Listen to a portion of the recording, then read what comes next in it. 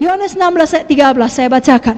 Apabila ia datang, yaitu roh kebenaran, ia akan memimpin kamu dalam seluruh kebenaran. Sebab ia tidak berkata-kata dari dirinya sendiri, tapi segala sesuatu yang didengarnya itulah yang dikatakannya, dan ia akan memberitakan kepadamu hal-hal yang akan datang. Oh, luar biasa.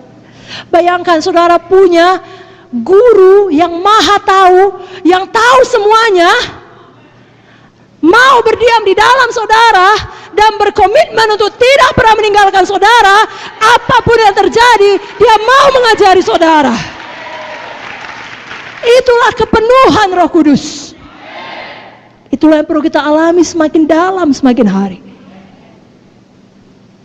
Diajari kita. Dan dia adalah roh penghibur. Roh apa saudaraku? Roh apa saudaraku? Adakah kita malam ini yang butuh penghiburan? Saya pikir pasti ada, mengingat besarnya amin tadi ya. Betul saudaraku. Dan bukan hanya malam ini, saya pikir tiap hari kita butuh penghiburan. Nah, malam ini saya mau katakan penghiburan yang sejati hanya ada di dalam Roh Kudus. Sebabnya kalau hati saudara berat, datang pada Roh Kudus. Bicara pada Roh Kudus, dia ada di dalam saudara.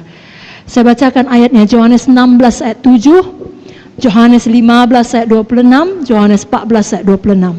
Saya mulai dari Yohanes 16 ayat 7. Namun benar yang kukatakan ini kepadamu adalah lebih berguna bagi kamu jika aku pergi. Sebab jikalau aku tidak pergi, penghibur itu tidak akan datang kepadamu. Tapi jikalau aku pergi, aku akan mengutus dia kepadamu. Yohanes 15:26. Jikalau penghibur yang akan kutus dari Bapa datang, yaitu roh kebenaran yang keluar dari Bapa, ia akan bersaksi tentang aku. Yohanes 14:26. Tetapi penghibur, semua berkata tetapi penghibur, yaitu Roh Kudus yang akan diutus oleh Bapa dalam namaku, dialah yang akan mengajarkan segala sesuatu kepadamu dan akan mengingatkan, semua berkata mengingatkan saya akan semua yang telah kukatakan kepadamu. Dia ingatkan firman yang pernah saudara baca. Dia ingatkan firman yang pernah diajarkan kepada saudara. Dia ingatkan firman yang saudara dengarkan seperti malam ini dan hari-hari sebelumnya sebelum hari ini. Dia ingatkan firman Tuhan. Bagaimana mungkin saudara tidak terhibur? Karena dia mengingatkan kita akan Tuhan Yesus dan akan firman Tuhan. Betapa kasih Tuhan bagi kita baru tiap hari. Betapa kasih Tuhan bagi kita kekal untuk selama-lamanya. Dia ingatkan saya dan saudara adalah manusia roh yang suatu hari akan pulang ke sorga. Dunia ini sementara, penderitaan zaman sekarang ini tidak dapat dibandingkan dengan kemuliaan kekal yang menanti kita kelak. Dia ingatkan kalau Tuhan di pihak saudara, siapakah yang dapat melawan saudara? Roh Kudus menghibur, Roh Kudus mengingatkan.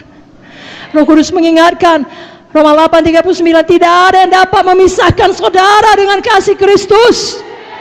7 kali orang benar jatuh, tapi ia bangkit kembali. Walau orang benar itu jatuh, dia tidak tergeletak, sebab Tuhan menopang tangannya. Kemalangan orang benar banyak, tapi Tuhan melepaskan dia dari semuanya itu. Dia ingatkan itu pada waktu masa kesusahan saudara, pada waktu saudara sendirian di rumah sakit, pada waktu saudara harus ke pengadilan untuk menghadapi orang yang mengancam saudara, pada waktu saudara meneteskan air mata dan tidak ada seorang pun yang melihatnya. Roh Kudus ada di sana, dia di dalam saudara, dia menghibur saudara, dia tidak pernah meninggalkan saudara, dan dia ingatkan firman Tuhan kepada saudara. Alamilah kepenuhan Roh Kudus saudaraku. Malam ini hauslah satu persekutuan yang intim dengan dia, yang benar-benar dipenuhkan di dalam dia, sehingga kita bangkit dari keterpurukan apapun masalah kita, dan kita menjadi bukti, pemberi bukti bagi dunia ini Bahwasanya walaupun kita sudah jatuh, sudah ditekan, sudah hancur, kita naik kembali. Kita bangun kembali. Kita bangkit kembali. Kita hidup menang, bahkan lebih dari pemenang. Kita perlu Roh Kudus untuk membuat kita menang menghadapi pencobaan. Menang menghadapi masalah. Menang menghadapi tragedi-tragedi kehidupan. Saudaraku, hanya karena kita pelayan, hanya karena kita PKS atau pesek, bukan berarti kita eksklusif dari tragedi.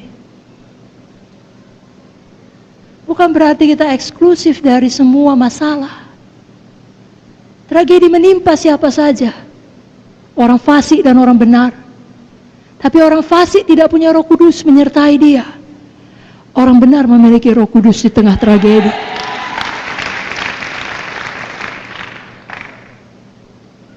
Jadi walaupun kita tidak mungkin terlepas dari penderitaan dunia ini, tapi kasih Roh Kudus di dalam kita, kuasa Roh Kudus di dalam kita, hikmat Roh Kudus di dalam kita, itu yang memampukan kita menanggung semua penderitaan itu. Sehingga dalam menjalaninya kita tidak menyerah. Kita tahu akan tiba tanggal kadaluarsanya. Lalu kita dimampukan untuk setia. Bahkan lebih daripada itu, kita tidak kehilangan damai kita. Kita tidak kehilangan pujian dari mulut kita. Kita tidak kehilangan sukacita kita. Dan paling penting, kita tidak kehilangan iman kita.